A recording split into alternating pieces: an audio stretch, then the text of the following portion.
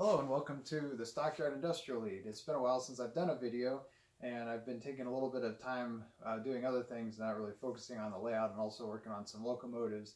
But today I just wanted to do a quick video to show you some scenery that I'm going to be doing on the layout next. And ever since I've kind of gotten through the downsizing of the layout a little bit, I haven't really gotten to scenery yet, and so I wanted to do some of that today. And I thought I would just show you kind of how I'm planning it out and what it's going to look like, and then I'll check in later and show you how it actually came up. Now, one of the things that I think is important, even with the small switching layout, is to have some open space, some areas where it's not super busy, so you're not cramming everything into the layout. But having some open space makes it a little more realistic and kind of also makes the layout look bigger. Now, this is something that I've learned in a couple of books that I've got that I like a lot. One is Minimalistic Model Railroading by Jim Spavins, and then the other one by one of my favorite authors, Lance Minheim, is designing a small switching layout. And so both of those emphasize the need for having empty space or open space on your layout, so that it just gives the presence of a realistic model railroad, and also kind of a little bit bigger than what it really is. So and one of my favorite things to do with model railroading is being able to do some miniature city planning, and so this is one of my favorite parts. So I'll show you how I'm designing this neighborhood. This is going to be part of Bellevue, Nebraska. And the reason why I'm doing it first is because one of the first things that you see when you first come down to the layout room is just past this little island here is you're going to see this residential area right over here. So that's what I want to focus on next. And so I'm trying to create it fairly realistically, but I'm also doing a hybrid of a few different things. So what I'm using is some research aerial photography. So by using Google Earth, I'm kind of getting an idea of where how the blocks are spaced, what the streets look like, also the size of the blocks and the size of the streets. And I'm going to do a combination. The railroad runs through here. This is Chandler Road, which is the grade crossing that I currently have over there. And I'm going to do a combination of blocks that look like this over here and over here. I'm going to plan to put this mini storage place over here.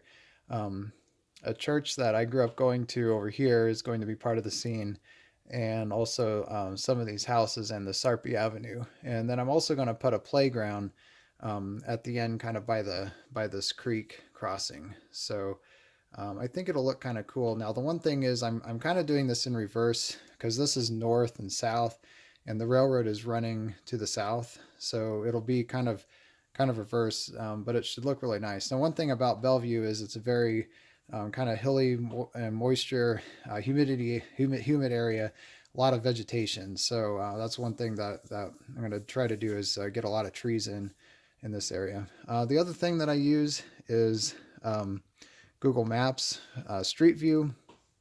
This is just about as good as being at the real place. So here, this open area is where the railroad used to run.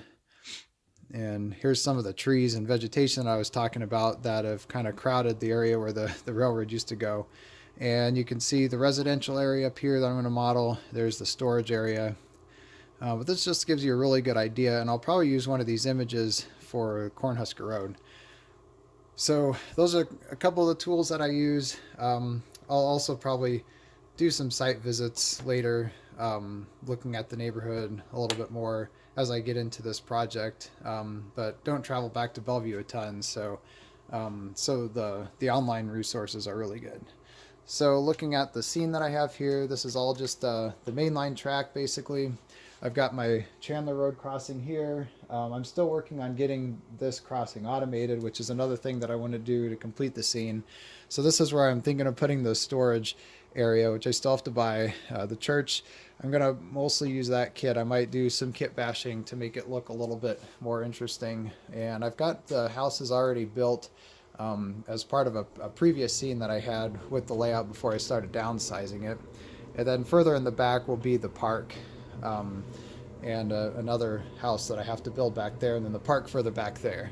So this is a really nice scene because you're really traveling through this area to go from South Omaha, where the yard is, and then also going back to Bellevue where there's more switching. So I think it'll work out really well in terms of creating a sense of actually going somewhere and crossing through. So this is an important scene for that reason too, in addition to being one of the first things that you see when you come down into the basement, into the layout room. Now, one of the things that I did, I've got the tape measure out there. I measured the block widths, which is about 300 feet. So I'm going to try to replicate that here in real life. So that'll be the length of one block right there. And then the street widths will be the same too. I'm going to plan to do the streets using styrene sheets, which work really well for streets because you can cut out wide swaths of it, and then you can measure it and fit it exactly for the layout, and then you can do the painting and weathering mostly outside. So those work out really well, and I'm going to have to integrate it with this existing street that I stole off of another scene that I'd taken down since the demolition work.